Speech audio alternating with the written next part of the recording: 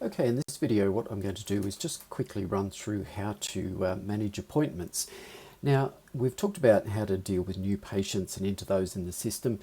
We talked about group appointments, but I want to talk about just kind of regular appointments now.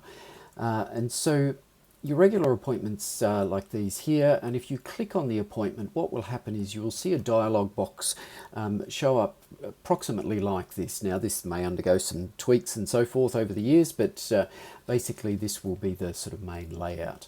So this is a one for an existing patient. As I said, we've already discussed what it might look like in a new patient.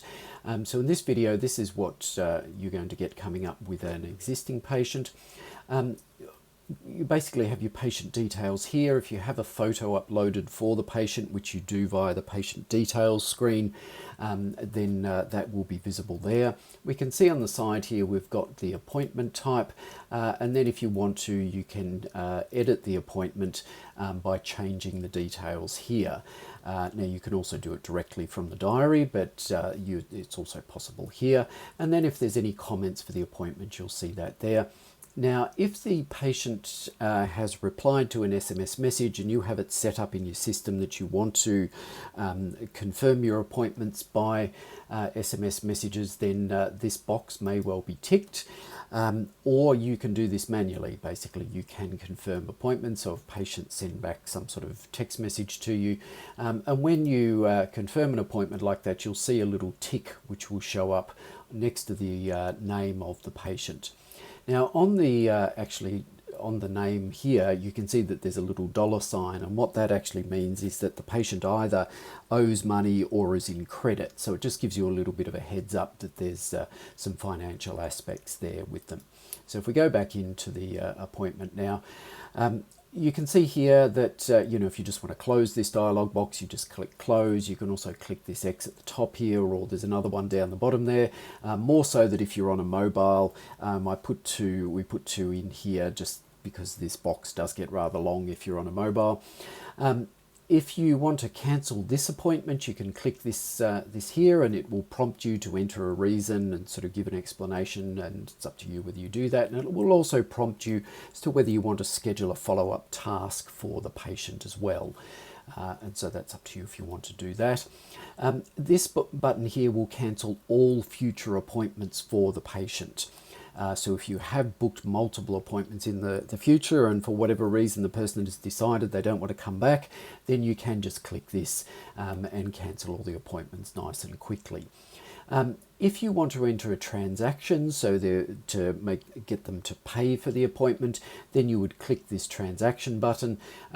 Pay account as if they owe money and you want to actually just pay off some of that money, either all of it or some of it. And then credit is when you're actually entering future credit in for the patient. Say they want to put $200 on their account, you would click the credit button and do that. Now, you can mark them arrived here. So if once they've arrived in in your practice, you would mark them arrived by clicking this.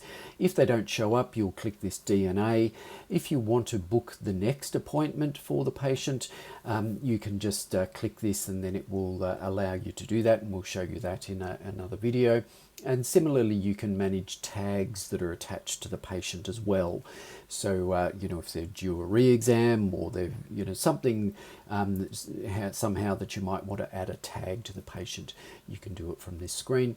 You've got variety of ability to send different things to the patient. So you can send an SMS, you can send an email, a form, the appointment details, or a list of all future appointments. You can send that. If you click these buttons, it will take you to the patient's details screen, the account screen, or the records screen, or to where you can upload things to the diary. Now, once you've entered transactions and so forth, you can print receipts by clicking the receipt button. You can do group receipts if you've got a number of people that you want to end up having being on the one receipt. You can also print an appointment list, and so this is different from the appointment list that gets sent to the patient. This is just basically a list of appointments that you can print off in your practice if that's what you want to do.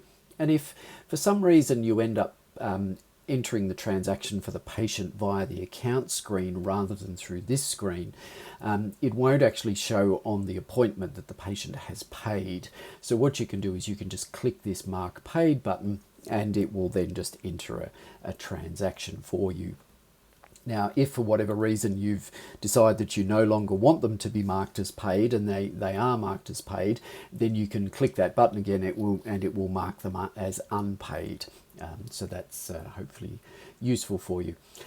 Then we've got the various resources as well, and so you might have multiple rooms in your practice and you want to be able to color code your appointments so you know which room somebody is in, and so that's what you've got here. So that if I click this room 1 button here, or resource, then what will happen is the appointment color will change to blue so that I will now know that this patient is in room 1.